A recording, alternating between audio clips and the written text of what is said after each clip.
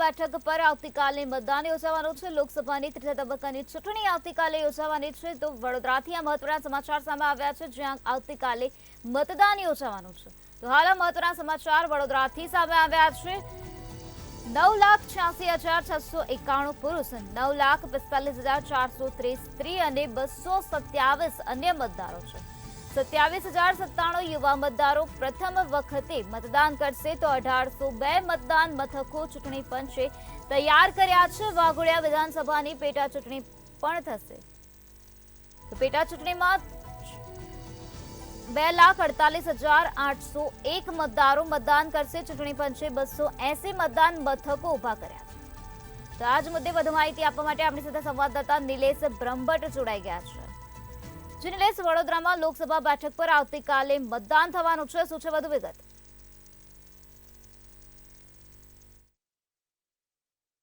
કાલે ત્રીજા તબક્કાનું મતદાન થવાનું છે, ત્યારે મંતવ્યની ન્યૂઝની ટીમ પહોંચી છે માજલપુર વિધાનસભા રવાંગી ડિસ્ટ્રિક્ટ સેન્ટર ખાતે। આપ અહીંયા જોઈ શકો છો કે માજલપુર વિધાનસભામાં 218 બૂથ છે, એમાંથી ખાસ 7 સખી બૂથ બનાવવામાં આવ્યા છે, એક યુવા છે, એક દિવ્યાંગ બૂથ છે અને મહત્વની બાબત છે કે ગુજરાતની સંસ્કૃતિને ઉજાગર કરતું એક મોડલ બૂથ પણ બનાવવામાં આવ્યું છે। મહત્વની બાબત છે કે ચૂંટણી અધિકારીઓને કોઈ તકલીફ ના પડે તે માટે છાસની વ્યવસ્થા કરવામાં આવી છે। આ તમામ બાબતે વાત કરવા આપણી સાથે નોડલ અધિકારી છે, આપણે એમને પૂછીશું। શું કહો છો, રવાનગી કેન્દ્ર પરથી હાલ ઈવીએમ સાથેની કીટ ડિસ્પેચ થઈ છે, શું છે સમગ્ર વિગત? અત્યારે 145 માજલપુર વિધાનસભામાં આજે જે ડિસ્પેચનો દિવસ છે, જેમાં ઈવીએમ તેમજ જે મટીરિયલ છે એનું ડિસ્પેચ આજે થઈ રહ્યું છે। તમામ જે પોલિંગ પાર્ટીઝ છે એ અત્રે હાજર છે। એમના જે હુકમ છે એમનું વિતરણ થઈ રહ્યું છે। હુકમ વિતરણ થયા પછી એ તમામ જે છે એમના રૂટ મુજબ પોતપોતાના જે મતદાન મથક છે ત્યાં ઈવીએમ તેમજ જે પણ ઇલેક્શન મટીરિયલ છે એ લઈને રવાના થશે। આ સાથે જે ગરમીનું વાતાવરણ છે એને ધ્યાનમાં રાખીને પણ અત્રે સરબત પાણીની ખૂબ સારી એક વ્યવસ્થા કરી છે। આ સાથે પણ જે પણ નાસ્તો છે અને જે બીજું રિફ્રેશમેન્ટની જે પણ બાબતો છે એનું ધ્યાન રાખીને આ ઉપરાંત એક મેડિકલ ટેસ્ટ પણ બનાવવામાં આવ્યું છે, જેથી આ જે ગરમીનું વાતાવરણ છે એના પર્યાવરણ સાથે પૂરતી વ્યવસ્થા આપણે કરવામાં આવી છે। જી, મહત્વની બાબત એ પણ છે કે આ વખતે પ્રથમ વખત ગરમીનું પ્રમાણ વધી રહ્યું છે, એ જોતા ચૂંટણી અધિકારીઓને કોઈ તકલીફ ના પડે તે માટે ખાસ સૂકા નાસ્તાની વ્યવસ્થા કરવામાં આવી છે। મતદારોને તકલીફ ના પડે તે માટે દવાની કીટ પણ આપવામાં આવી રહી છે। દવાની કીટમાં શું છે અને અધિકારીઓ માટે શું નાસ્તાની વ્યવસ્થા કરવામાં આવી છે? તમામ જે મતદાન મથક છે મતદાન મથકમાં એક મેડિકલ ટીમ હાજર રહેશે। એમની જે પણ દવાઓ છે એની પૂરતી વ્યવસ્થા હશે। આ સાથે અમે છાસની પણ વ્યવસ્થા કરી છે કે જે ગરમીના સમય જે હશે બપોરે 12 વાગ્યા પછી ત્યારે અમને છાસનું પણ વિતરણ કરવામાં આવશે। આ ઉપરાંત જે ઓઆરએસ છે એના પણ પેકેજ તમામ મતદાન મથકોને આપવામાં આવે છે। જી, આ હતા નોડલ ઓફિસર, તેમને તમામ વિગત કહી છે। મહત્વની બાબત એ છે કે માજલપુર વિધાનસભામાં એક મોડલ બૂથ તૈયાર કરવામાં આવ્યું છે અને મોડલ બૂથની વ્યવસ્થા એ છે કે ગુજરાતની સંસ્કૃતિ ગરબાની થીમ પર આ મોડલ બૂથ બનાવવામાં આવ્યું છે અને હાલ જે ચૂંટણી અધિકારીમાં જોડાયેલા કર્મચારીઓ છે તે અહીં પહોંચી ચૂક્યા છે, ઈવીએમ અને તેમની કીટ લઈ ચૂક્યા છે અને થોડાક સમય બાદ જ અહીંથી પોતપોતાના મતદાન મથકે જવા રવાના થશે। જી નિલેશ, વડોદરામાં કુલ કેટલા મતદારો આવતીકાલે મતદાન કરવાના છે?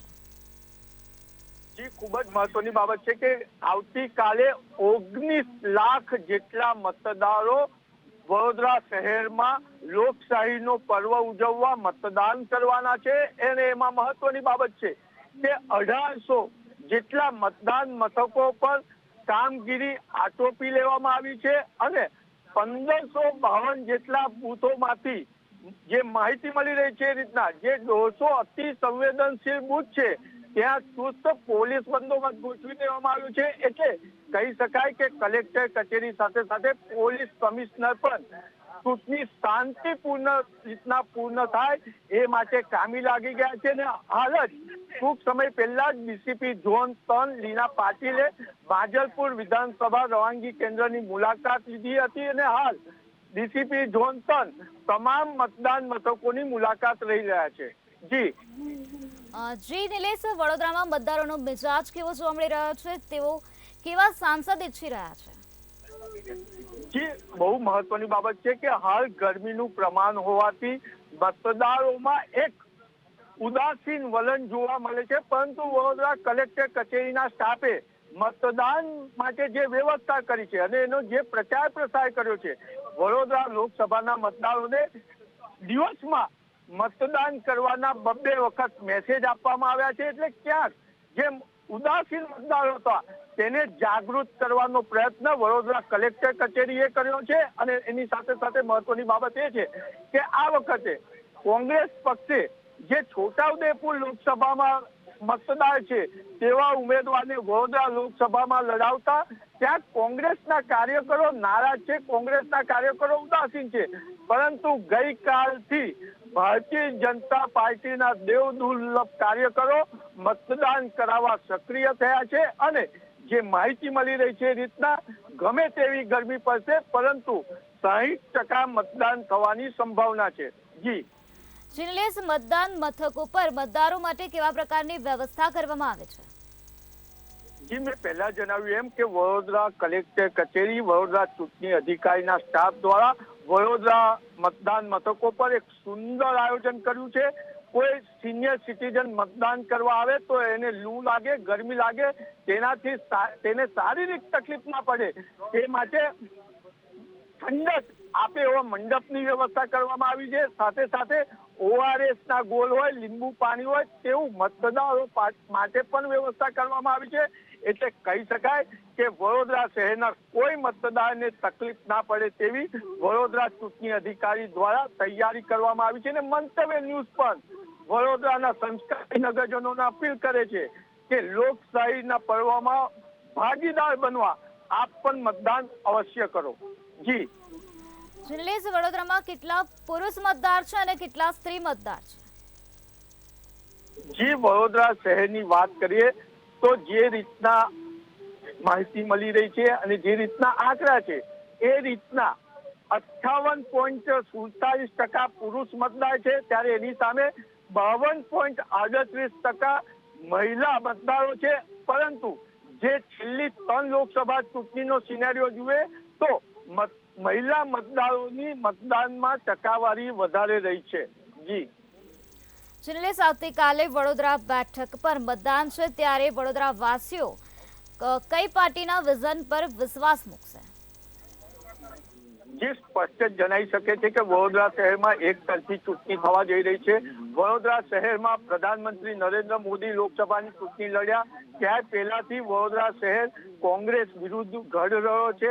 અને જ્યારથી જયાબેન ઠક્કર સાંસદ બન્યા ત્યારબાદ ક્રમશ કોંગ્રેસનો કોઈ ઉમેદવાર નથી જીત્યો. મહત્વની બાબત એ પણ છે કે ગઈ વખતે રંજનબેનની સામે જેને કોંગ્રેસમાં ઉમેદવારી કરી હતી, કોંગ્રેસ પક્ષને તોડ્યો હતો, એ હાલ ભારતીય જનતા પાર્ટી ભાજપ જોડો ટીમનો સંયોજક છે. એટલે કહી શકાય કે હાલ વડોદરા શહેરમાં ભારતીય જનતા પાર્ટીનું પલ્લું ભારે છે. જી નિલેશ, સમગ્ર માહિતી આપવા બદલ આભાર.